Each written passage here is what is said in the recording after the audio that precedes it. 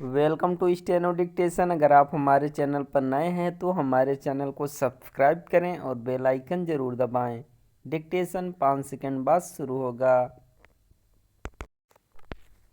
Start. विपक्षी गठबंधन INDIA के घटकों में जिस तरह खींचतान चल रही है उससे लगता नहीं कि इस गठजोड़ में सब कुछ ठीक है।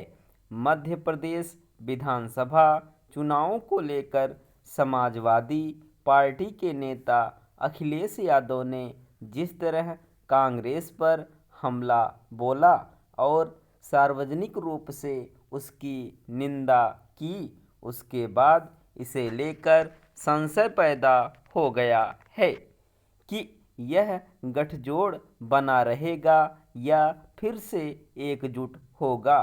संशय बढ़ने का एक अन्य कारण यह भी है कि उत्तर प्रदेश में जहां समाजवादी पार्टी अमेठी और रायबरेली में अपने प्रत्याशी खड़े करने के संकेत दे रही है, वहीं कांग्रेस मैनपुरी, इटावा और आजमगढ़ सीटों पर चुनाव लड़ने की तैयारी कर रही है।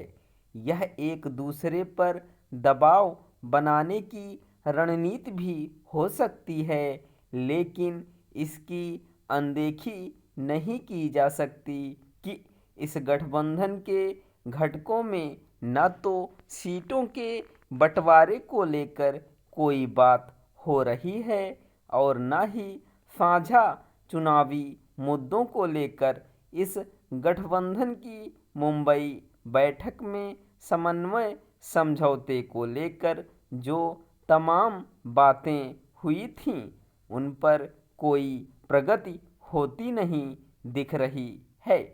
5 राज्यों के विधानसभा चुनाव में गठबंधन के घटकों के बीच कोई तालमेल नहीं दिखा तो कांग्रेस के रवैये के कारण उसने घटक दलों को यही संदेश दिया कि विधानसभा चुनाव वाले राज्यों में उनका कोई राजनीतिक जनाधार नहीं।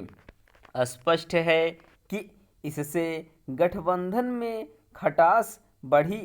कांग्रेस के रवैये के प्रति अखिलेश यादव के साथ नीतीश कुमार ने भी अपनी अप्रसन्नता व्यक्त की। इसके अलावा बंगाल में तृणमूल कांग्रेस और कांग्रेस के बीच भी खटपट बढ़ती दिखी। बंगाल में वाम दल कांग्रेस का तो साथ देने को तैयार हैं, लेकिन वे तृणमूल कांग्रेस के साथ सहयोग करने को राजी नहीं।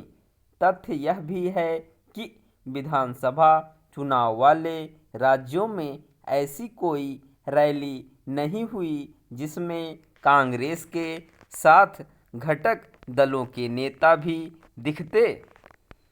अब यह माना जा रहा है कि INDIA के घटक दलों में मेल मिलाप की संभावना विधानसभा चुनावों के नतीजों के बाद ही बनेगी। यदि कांग्रेस 5 राज्यों के विधानसभा चुनावों में बेहतर प्रदर्शन करती है तो फिर वह अपनी शर्तों पर घटक दलों से समझौता करेगी। इसके तहत वह जहां ज़्यादा से ज़्यादा सीटों पर लोकसभा चुनाव लड़ने की कोशिश करेगी, वहीं घटक दल यह चाहेंगे कि उनके प्रभाव वाले राज्यों में कांग्रेस कम से कम सीटों पर चुनाव लड़े। यदि INDIA अपनी एकजुटता कायम रखना चाहता है तो कांग्रेस और घटक दलों को जनता को यह संदेश देना होगा कि वे वास्तव में एकजुट होकर भाजपा का मुकाबला करना चाहते हैं। यह संदेश तभी दिया जा सकता है जब इस गठबंधन के नेता किसी न्यूनतम साझा कार्यक्रम पर सहमत होंगे और जनता को आकर्षित करने वाला विमर्श एवं एजेंडा पेश करने में समर्थ होंगे। INDIA की एकजुटता के लिए जितनी कोशिश कांग्रेस को करनी होगी, उतनी ही घटक दलों को भी। स्टॉप।